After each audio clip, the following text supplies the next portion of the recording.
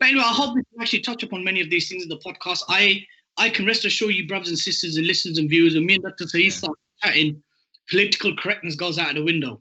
So, so trigger warning. Should we flash a trigger warning? Yeah, absolutely. Trigger warning right now. No, I'm not worried at all. I rely on God, Allah. No, not at all. I mean, look, at the end of the day, as Muslims, who Allah has told us in the Quran that we are the possessors of truth, the divine truth, and we make that exclusive claim, there needs to be a level of thick skin when we engage. And so that, but at the same time, it's also important for our viewers and listeners to obviously understand that if there's certain things that don't trigger you, it's also a problem. Right? Yes. And the deen of Islam is being defamed and deformed and attacked, and that doesn't trigger you. But something which is trending triggers you. Wallahi, you need to ask yourself this question. Yes. Because what is the greatest form of oppression? In our deen, what is the greatest form of oppression? It's disbelief, isn't it? Yes. Disbelief in Allah.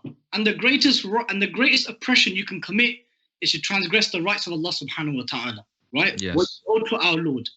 So we have a particular mindset that, look, there will be so many things. Right now, it's the George Floyd murder, the Black Lives Matter protests, millions of people protesting in the US and beyond in the UK. There's tens and thousands in London. I'm sure in Canada as well.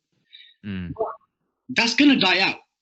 Trust me, if it's a week or 2 weeks, it's going to die out. And all those people who jumped on that bandwagon will just go back to their normal lifestyle until the next hype comes.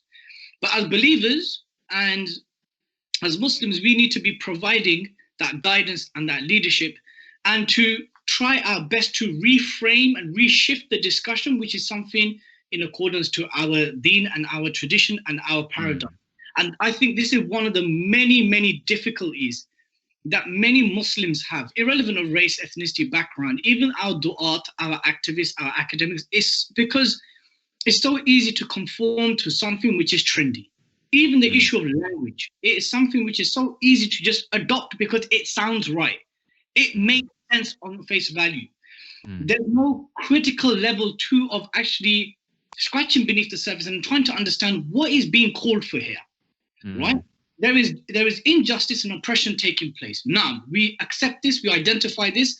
Allah tells us in the Quran to be persistent for the case of justice, even if it's against yourselves and so forth. You know this, right? What is the solution then? Yes. What is the solution?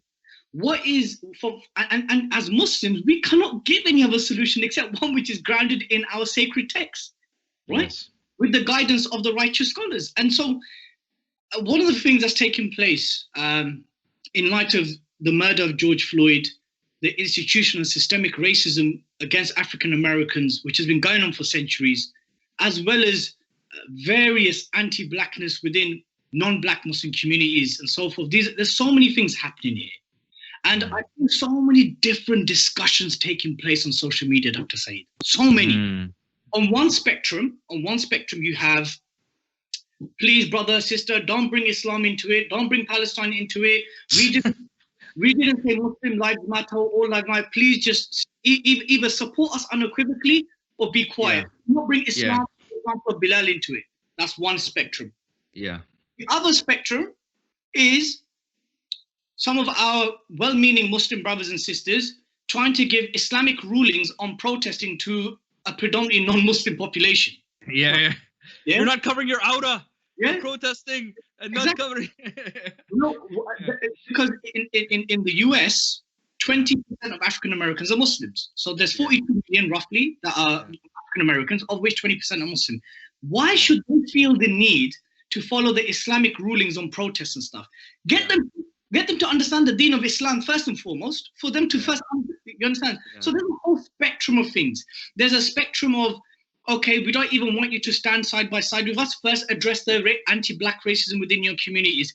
And there's so many different discussions. I think we just need to redirect it back to what is our priority based on understanding reality and what we can observe. And looking at historical and contemporary examples where pitting one community against another at an opportune moment, which Allah could give many blessings if people fix up their acts.